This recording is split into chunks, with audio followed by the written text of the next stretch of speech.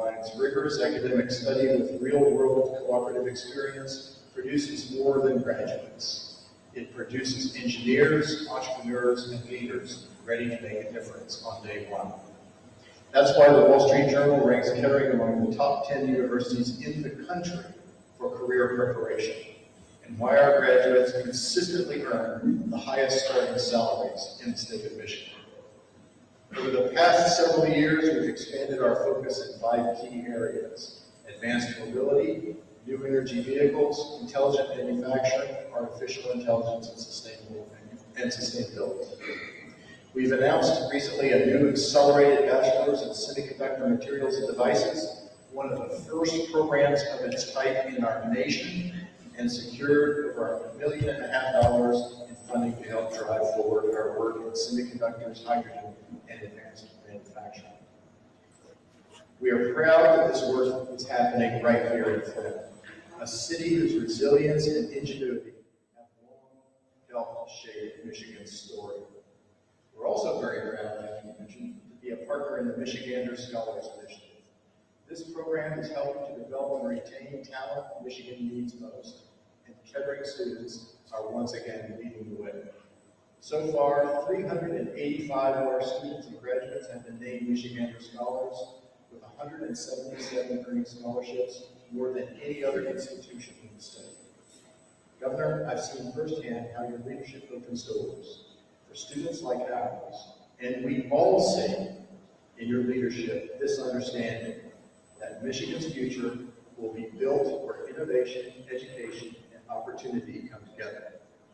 And now it's my great pleasure to introduce someone who understands the stakes and the promise of that future. Please join me in welcoming the Governor of the state of Michigan, the Honorable Whitmer.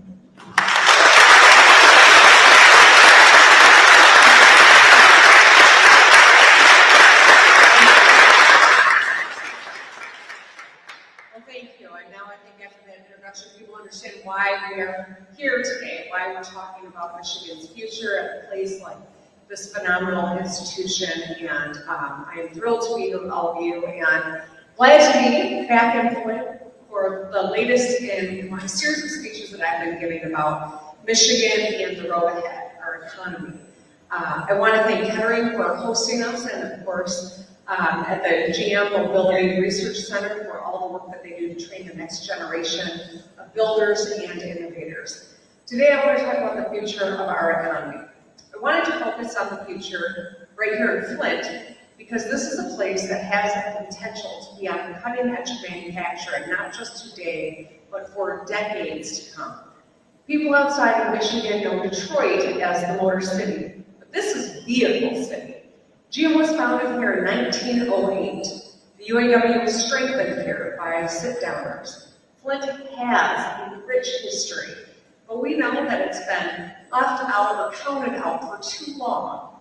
And I want the world to hear the name Flint and think about the things that are made here, not the things that happened here. If we work together on this year, I think Flint will be known as a place that leads and builds and grows. There are so many wonderful things happening in this city, but we need to take Flint and the state of Michigan into the future.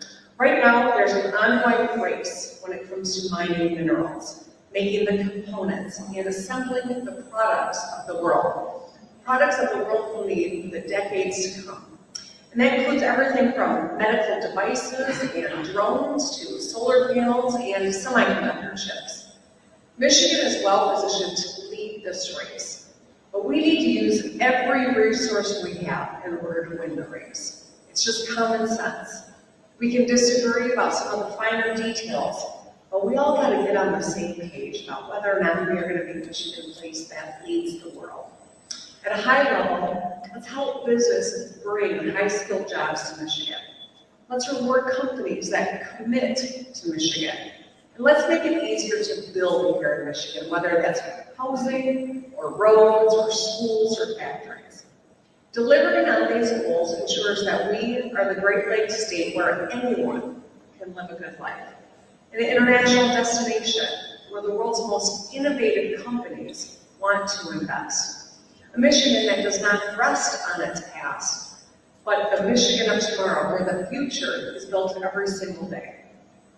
Now, over the last few years, we've seen glimpses of that bright future.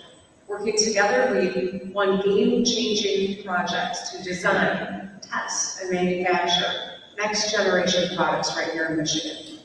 Electronics, drivetrain, steering, brake suppliers statewide, a chip component company in the Keweenaw Peninsula, batteries in Lansing, Holland, and Big Rapids, a ticketing startup in Grand Rapids, energy-efficient plants in Litchfield, advanced chemicals in Ann Arbor, and solar panels in Saginaw.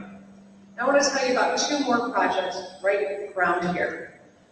In 2022, Michigan won a $300 million investment from SK Siltron, creating 150 good-paying, high-skilled jobs in Bay City. SK Siltron is one of the world's leading manufacturers of wafers. These ultra-thin pieces of silicon are the building blocks of electric vehicles, smartphones, solar panels, and more. Their technology improves our lives by increasing driving range, improving battery life, and lowering the cost of energy production. SK Siltron chose Michigan over Texas, Tennessee, Georgia, and both Carolinas because of our workforce, our growing economy, and a business-friendly environment. And they know that the values that guide their work, reliability, quality, performance, are hallmarks of Michigan manufacturing. The products made here matter, but ultimately, it's all about people. People like Brian, who's an R&D tech at the facility. He's Bay City born and raised. His entire family lives there, and it's home. He has a good paying job with great benefits in his hometown, near his loved ones. I think that's what so many of us want, to do meaningful work and to be close to our loved ones. That's really how our state built the middle class. And if we do our job right, future generations will have the same chance. Now I want to talk about Hemlock Semiconductor. Founded in 1961, Hemlock is the largest producer of hyper-pure polysilicon in the US, and one of the largest producers in the world. Nearly every single electronic device in the world contains Hemlock polysilicon. Just think about that. This material, which is made by extracting crystals from quartz, goes into our phones, our televisions, our tablets, our refrigerators, our laptops. As they like to say, you're never more than 6 feet away from Michigan-made polysilicon. Think about that, it's really pretty amazing.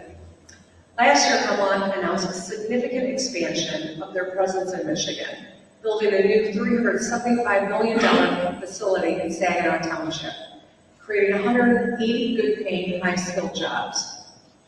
Now, over the last couple of years, the global shortage in chips has impacted every one of us. It forced automakers to buy parking lots so that they could fill them up with almost done cars because we were waiting on semiconductors. It jacked up prices on phones and computers and appliances. And so while SK Siltron and Hemlock projects are vital, they're ultimately suppliers of chip manufacturing process. We have to be able to assemble the chips here too. It's just like the auto industry. To be the best, you need suppliers and OEMs, the whole supply chain. We need a semiconductor chip assembly plant, known as a fab. Now, fabs are the most advanced factories on the planet. All the action happens in what is known as a clean room. I know everyone at Kettering knows what that means, but for the rest of us, this is where chips are made using multi-$100 million machines with sci-fi names, ion implanters, photolithographs, vapor depositors. These clean rooms are hyper-controlled environments. An atomic speck of dust, let alone a human sneeze or loose fiber on someone's sweater, can throw off the entire process. It's why they have to be some of the most purified air on the planet in these clean rooms, 1,000 times more sterile than an operating room in a hospital. And they are made in yellow light to eliminate disruptive wavelengths.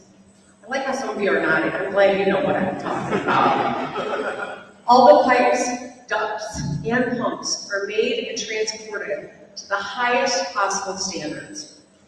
Manufacturers go to the extreme lengths because chips are both incredibly small and incredibly difficult to manufacture. Each chip is made up of billions of transistors, tiny electronic switches that are stacked on top of one another in a precise grid. These transistors can be as wide as 2 nanometers. All right, some of you know what that means, but for the rest of us, the human hair is 100,000 nanometers. Human DNA is 2.5 nanometers. So that's how precise we're talking about. Once produced, these chips become the brain of our devices, things that we use every day. They power the invisible systems that make modern life possible. There are 2 kinds of advanced chips, logic chips and memory chips. Logic chips process information, making trillions of calculations a second that allow you to send a text, write an email, play music, or order delivery. Memory chips store information from your photos and documents to our collective medical records and financial data. Although the United States pioneered chip making, we stopped leading it. We made 0% of the world's logic chips and just a slice of memory chips as recently as 2022. Now, thanks to fabs being built nationwide, there's some momentum here, but we cannot let up. Let's stay on the cutting edge of this technology to outcompete the rest of the world. Let's also consider the national security angle. The computational power we need for our defense systems, from our fighter planes to nuclear submarines to cybersecurity, relies on these chips. They're crucial for AI and data centers. Building a fab is a monumental task. We're talking about moving enough soil and rocks to fill 400 Olympic pools, bending more steel than the Mackinac Bridge, pouring a dozen times more cement than Ford Field, laying more miles of cable than the Michigan coastline. These modern marvels take 5,000 to 12,000 union construction workers around 2 years to build. Once up and running, a modern fab will support between 3,000 and 6,000 good-paying local jobs. These are jobs that Michiganders can do. Most jobs building a fab don't require a bachelor's degree. Most permanent fab jobs, however, require a 2-year degree or certificate, which a majority of Michiganders now have. If you don't have higher education or training yet, we will help you with a paid apprenticeship or tuition-free program like the Michigan Reconnect. So there are so many programs right here at Kettering that can prepare Michiganders for jobs building or working in fabs. This includes a new 3-year electrical engineering course geared towards semiconductor manufacturing, and that's incredible.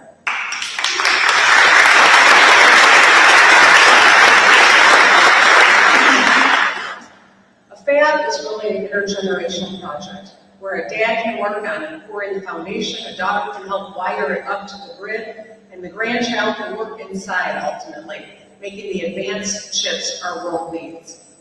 So today I want to set an ambitious but attainable goal. By the end of next year, let's make sure that Michigan secures a fab. Are we ready?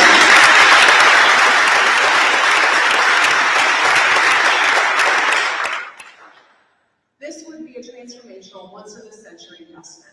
It would change the destiny of an entire region and state, making it an economic magnet for ambitious families to move here and to put down roots. And it's exactly what we need. I've been working on this for several years with state and federal partners. This year I've already spoken with President Trump about a fab that will continue working with the administration's new U.S. Investment Accelerator to bring them home. Getting this done is going to be hard, but here's what I know about Michigan. We can do hard things, right? So, how do we do it? Well, a lot of this depends on our ability to work with Washington, D.C. There are actions that we can and need to take at the state level too. And I want to challenge local partners to be thinking about what more we can do even at the local level. When companies bet on Michigan, they tend to cite our workforce, our strong business environment, and natural resources.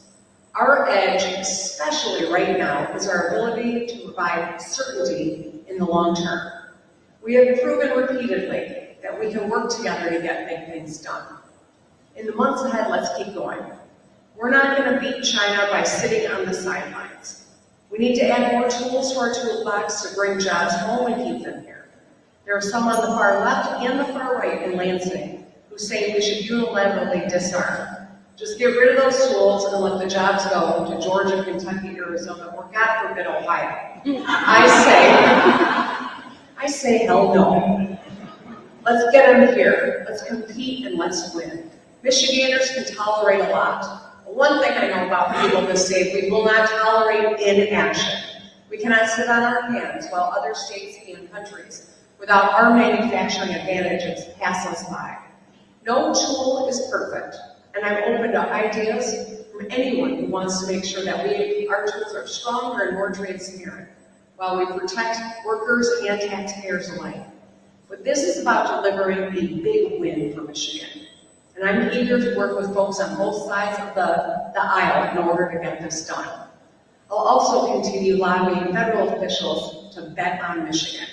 In just the last few weeks, we fought for and won a new fighter mission at Selfridge and a federal commitment to build a branded road, lock, and dam to protect the Great Lakes from invasive species. We can play the long game in DC and win. Let's do it again. If you share these goals, if you believe that we can build the chip back, if you want Michigan to lead and win, I encourage you to speak up. Reach out to your federal and state legislators. Let's have spirited disagreement, but keep moving forward together and never take our eyes off of what matters. And that's a stronger Michigan for the people who call it home. We can set Michigan up for decades of success. We can write the next chapter in Flint's story as a beacon of the future. We can honor the principles of the sit-downers who fought for and give every working family a great shot at a good life. We can do big, challenging things because that's who we are. I thank you for making time for this conversation today. I welcome your partnership as we stake out this course of action, and I know that when we are successful, everyone in this room will have played a big, important role in that. So let's go get it done. Thank you.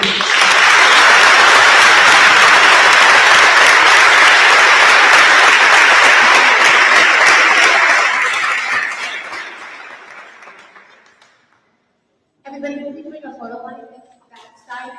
Come up first, go to Julia. And then those of you in the back row, if you would like to go to your right, the line, there's a line of the photo you're just going to pop right